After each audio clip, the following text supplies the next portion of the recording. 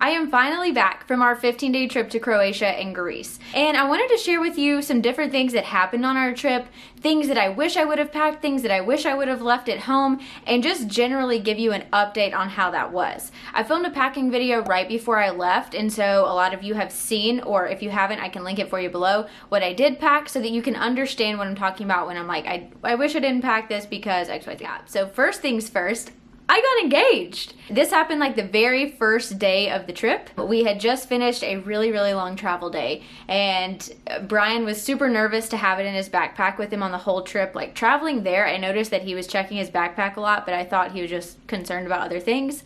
So as soon as we got to our Airbnb in Croatia, we found out that our friend's flights got delayed. And so he took advantage of the opportunity where it was just the two of us, and he proposed right there. So we had the entire 15 days to kind of celebrate the engagement, not worry about the planning process, and it was awesome. It made the trip even more memorable. So if you're interested in any sort of wedding planning videos or different things like that, I'm about to be in the throes of that. So that could be a fun little series or different things to talk about, because I know a lot of you are around my same-ish age, or maybe just want to relive your wedding planning process. I don't know. Let me know if you'd be interested in that. Okay, so now that the big announcement is out of the way, let's dive into the actual dirty details of this trip. And I want to start with flights and baggage allowances. There were a lot of comments on my packing video telling me my suitcase was too heavy and that I packed way too much to carry it on and that I didn't pay attention to any baggage allowances. I had to calmly respond to people to explain to them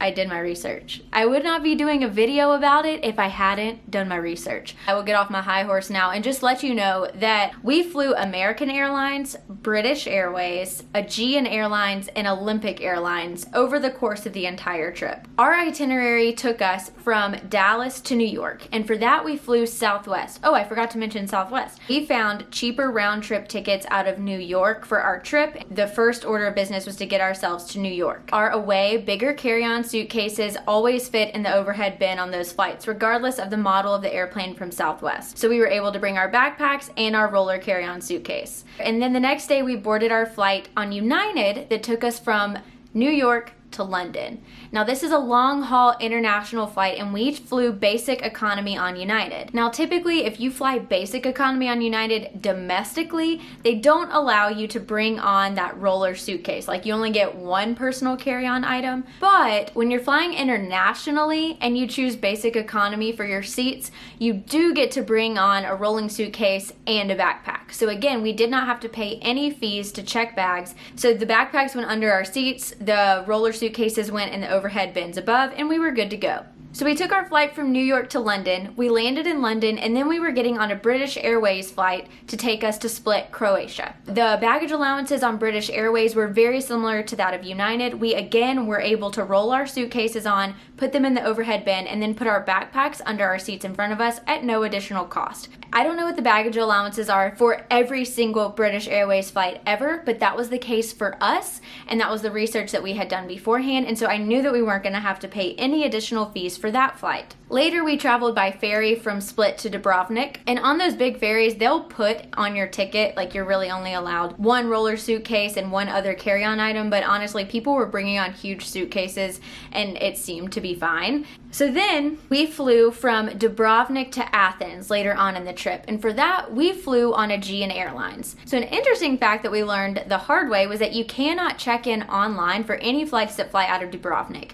They do not have any sort of electronic ticketing system, so you actually have to go to the airport, check in, get a physical boarding pass, and then go to your gate at a certain assigned time. It's a pretty small airport, so they only allow you to check in. For our flight specifically, it was 2 hours ahead of the flight because they had to use those gates for other flights. We prepaid baggage fees to get our roller suitcases onto the plane because for Aegean flights, they only allow roller suitcases that are certain dimensions and that only weigh 8 8 kilograms. 8 kilograms equates to somewhere around 17 pounds, 17.6 to be exact. You could not roll on the suitcase into the body of the plane unless it was under that 8 kilogram marker. So we went ahead and prepaid our baggage fees up front because we knew our bags were going to be heavier. For reference, my bag ended up weighing 13.5 kilograms, which, pat on the back, I really thought I was going to be close to the 23 kilograms, but no, I had 10 more to go. And Brian's bag was somewhere around the 11 kilogram mark. The size of the suitcase is only one factor for some of these airlines. Most of the time, it's the weight that's going to drive the determining factor of whether or not you have to check a bag, which is give the bag to them, they put it under the plane, or if you get to carry on the bag, which means it goes into the cabin with you. So then we flew on Olympic Airlines, and Olympic Airlines is operated by Aegean, so they have the exact same rules. So we prepaid those baggage fees up front because our bags weighed more than 8 kilograms. They were checked under the plane, and we picked them up at baggage claim once we landed in Greece. So that should pretty much cover all the questions I got as far as baggage allowances go, as far as what it means to check a bag, what it means to carry on a bag, and the differences between the two. I also wanted to touch on packing. Now, I packed a lot of clothes. We were gone for 15 days, and I think I packed somewhere around 15 outfits, just for reference, because we weren't exactly sure what our laundry situation would be like. And fortunately, at our first Airbnb, we were able to do laundry. Had we not done our laundry after the first, 3 days, I honestly would not have been wearing clean clothes, because I realized that I packed too many clothes of things that I never wore and not enough of the clothes that I really needed, because I really underestimated the heat in Croatia and Greece in the middle of summer. I don't know how, but when we got there, people were saying it was like record hot temperatures, so at least I wasn't totally crazy. Things that I wish I didn't pack. One was my little backpack that I had planned to use to be hands-free and walk around all the time. I'm really glad that I threw in my other little small Dagny Dover blue purse, because I honestly just didn't feel right having all of my valuables on my back. I found that the crossbody style of the smaller purse was just less noticeable. It made me feel a little bit more secure, so I actually never brought out that little leather backpack. Another thing was my blue jean jacket, or denim jacket, whatever you call it. That took up so much room in my suitcase, and we were sweating bullets as soon as we walked outside anywhere. There was absolutely no way, in no situation, at no occasion did I ever wish for a jacket. I also packed a black jumpsuit, and this again would have been perfect had the weather been a little bit cooler. It's a spaghetti strap, just black jumpsuit, but because it was so hot, I could see myself just sweating through it, and it was kind of like cropped pants, and I was not about that. I was not trying to wear that, especially in the heat and the sun. Jeans, same concept. Nobody wants to wear jeans when they're sweating for just like standing outside. I wish I would have brought one less pair of shoes. They're truly not the most comfortable shoes to be walking around for like 12 hours a day. One less pullover or sweatshirt. I brought one that I wore on the plane all the time, and that's really all that I needed. I had another one in my backpack that I carried as my carry-on, and I never touched that one. So one definitely would have done the trick. Okay, now is the segment of things that I wish I packed. And this was kind of a unique Europe adventure because it was more coastal Europe. So we spent a lot of time on the water. For us, we were lacking a lot of basic things. We had planned to use towels from Airbnbs, which was fine, but there are certain Airbnbs that say do not remove towels from the premises. And while I'm sure that you could and it would be totally fine and no one would ever know, we just didn't want to risk it with something happening to it. And so we ended up using our friend Ashley and Jordan's pack towel. So we wish that we really would have had a pack towel, which is just a towel that's basically kind of microfiber. It folds down really small and packs nicely in your things. That is a definite necessity. I don't want to say that because some people will be like, no, it's not. But for us, it's something that we would have really appreciated. Water bottles. The American stomach is not really fit to drink water in Europe. Now, different countries have different rules. Sometimes you can drink out of the fountains and you're totally fine.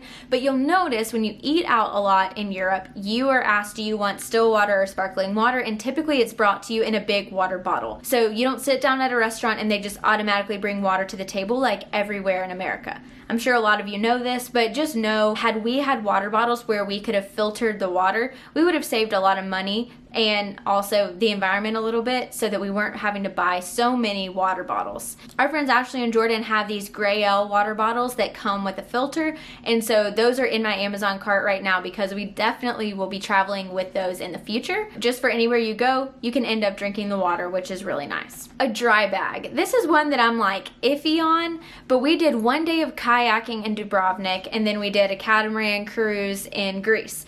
We also spent a day at the beach just on our own in Greece. I think that we really would have appreciated a dry bag, but as long as one person in your party has one, you all don't need them. So what these are just these waterproof bags that you put everything in, you roll it up, and then you clip it together, and you can clip it to your chair so that people can't just walk away with it, and it keeps everything dry. So if you wanted to bring your camera or something like that when you're kayaking, so it's just like an added perk, not a total necessity, but we definitely used their bag a lot. I also just wish overall from a clothing perspective that I would have packed more breezy dresses. It was so hot. I know I've said that a million times, but I cannot impart on you how hot we were and how much sweating we did. I have a bunch of just little casual dresses that I wish I would have thrown in my bag over some of the shorts and thicker dresses that I ended up packing. On a less miserable note, I wasn't totally terrible at packing because there were things that I was absolutely so glad that I had. And one of those was my travel wallet by Dagny Dover. We had 5 different travel days on this trip,